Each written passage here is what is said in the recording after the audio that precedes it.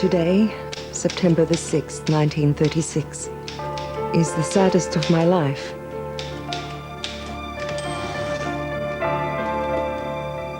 The last of our wonderful thylacines died this evening.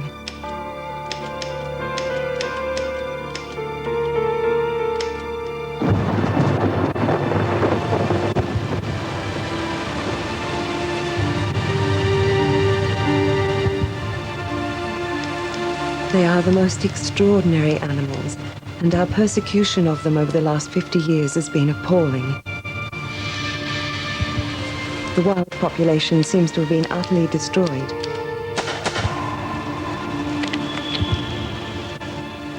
But at least we have been able to provide a safe haven when it has been so dangerous for them in the bush.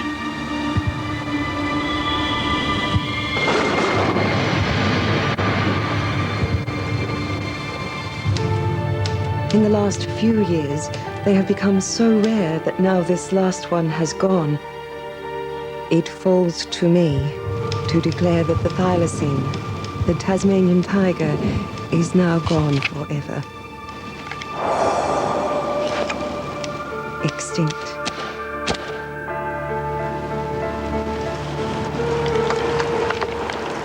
I've just seen a ghost.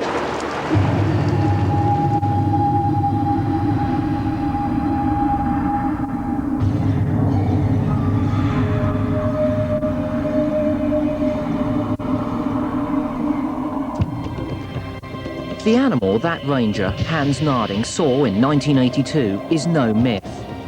The Tasmanian tiger, the thylacine, was a real animal. Did its time run out in Hobart Zoo? It would have been an amazing blunder to have driven these animals to extinction. They were first known to science in 1805, and yet by 1936 we seem to have exterminated them. The thylacine was one of the top predators of the Australasian bush for 2 million years, highly adapted for that habitat, and that habitat is still there. So were we arrogant to declare these animals extinct just because the last one that we knew about suddenly died? Well, the rules of biology say yes, we were, and ever since then reports of thylacines have been coming in, so could they still be out there, still alive, and yet ignored by science?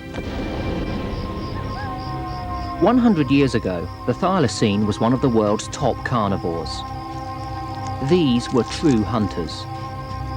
They looked like wolves because they were shaped by the same forces. Both rely on chasing and biting.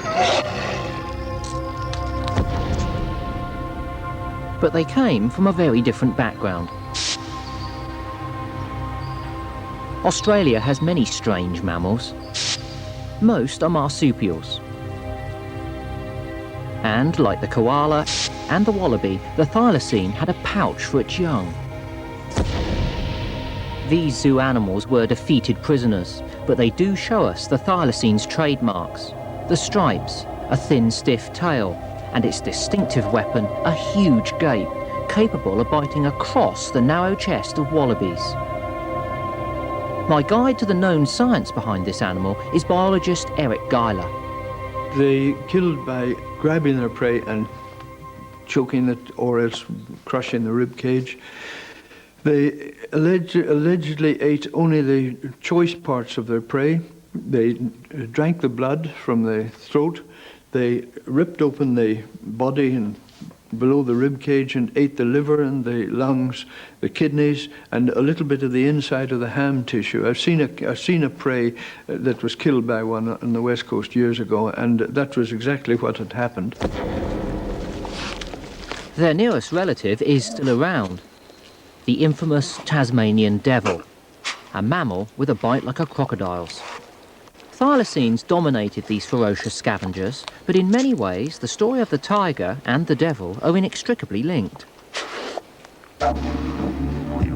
Tasmania was separated from the rest of Australia 12,000 years ago. On the mainland, thylacines were ousted by dingoes. Similar in size and shape, but superior in two very important ways. Firstly, they hunted in packs, which was far more effective. And secondly, they could reproduce far more quickly. They can have litters of up to 8 pups every season, whilst the thylacine could support only 4 once every 2 or 3 years.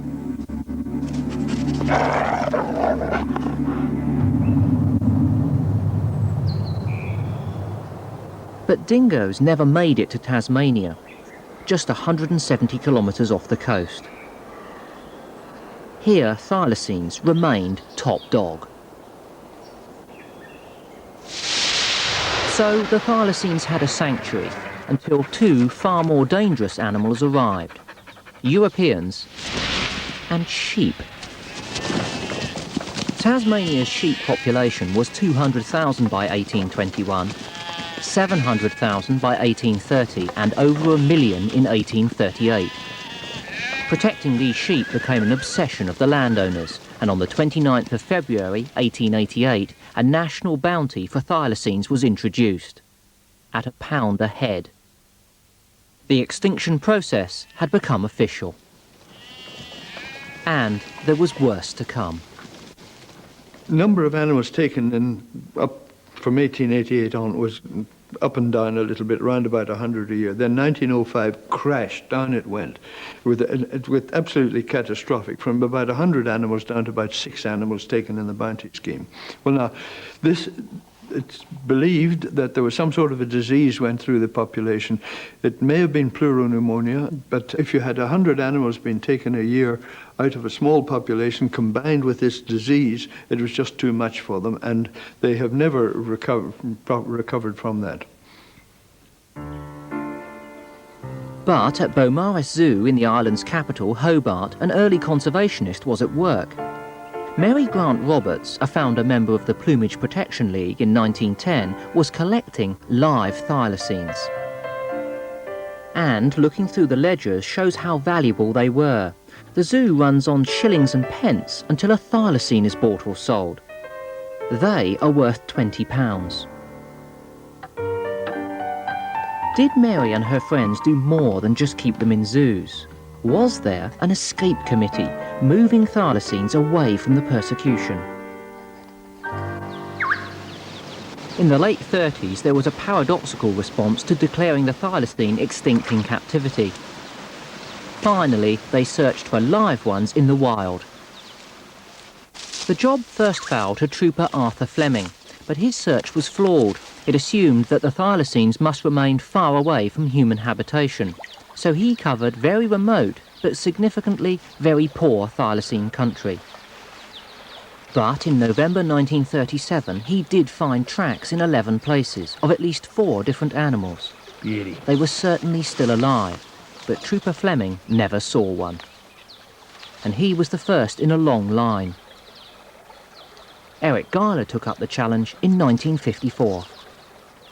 The closest I've been, I think, was one time on the west coast where we had a shower of rain which lasted until 10 o'clock in the morning, and a couple of hours later we went past a mud patch which had a fresh thylacine footprint in it without any rain spots on it, so we knew that we were within a couple of hours of it. That was in 1963, and Hans Narding's sighting gives us a living thylacine in the mid-80s. But what's the state of play now? Well, that's the question, so I've come to investigate the evidence for the thylacine still living at the end of the millennium.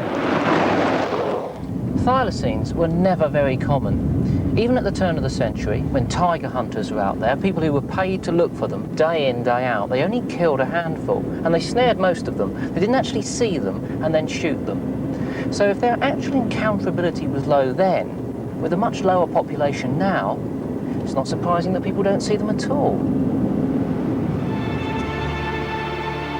But actually, of course, they do.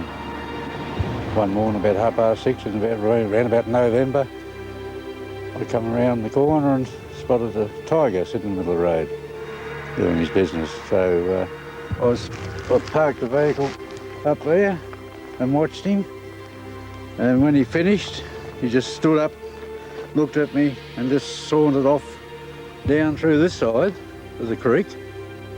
It was sandy-coloured, not as big as a Labrador dog, and from its flank down its tail had thin stripes.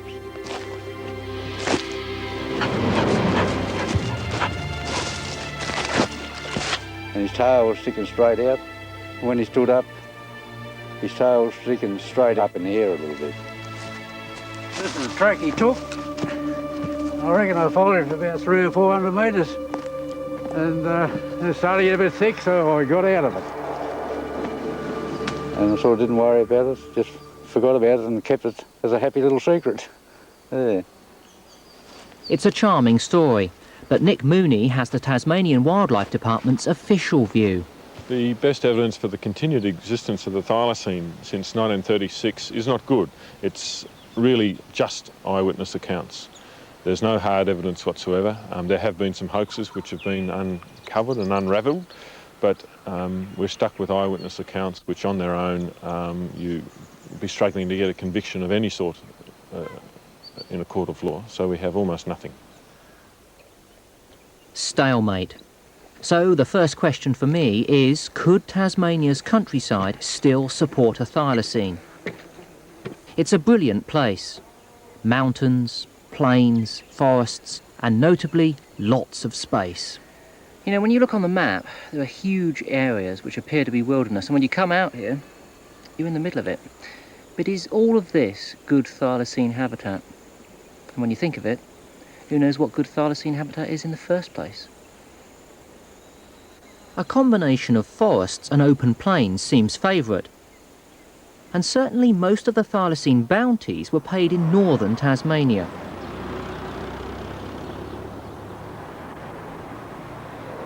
Launceston is the biggest town here, and evidence still comes in to former museum curator Bob Green. This is one of a number of sheep skulls that people were bringing them and say, oh, this thing looks as if it's been shot. But the primary puncture marks, there's a pair there which have been both made by the right-hand tooth of the animal. The left-hand tooth has broken the eye bone round here. This is only a young thylacine skull. It's probably only about 3/4 grown, but you can get an idea where the animal was run up from behind and grabbed, and the teeth have penetrated straight through into the skull and broken the side of the eye. And also on the lower jaw down here, you can see where the lower jaw has come up from underneath and broken the piece out of here, and there's been a canine puncture there. So we've got the picture of the whole of the back of the animal's head inside the thylacine's mouth, where he'd run up and just grabbed him and pulled him down by the back of the head. And this is not an individual case. There's been a number of them, such as this one as well, and several others which I have, which have all shown capture in exactly the same manner.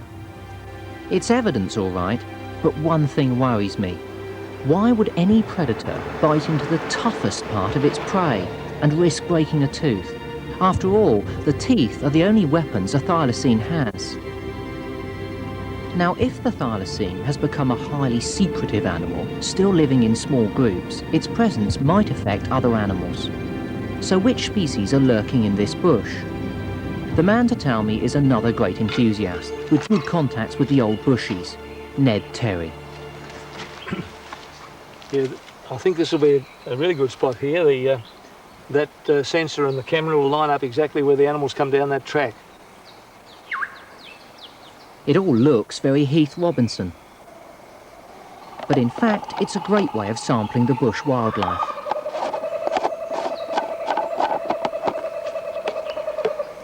Now I've got the sensor lined up, pointing straight towards the animal trail.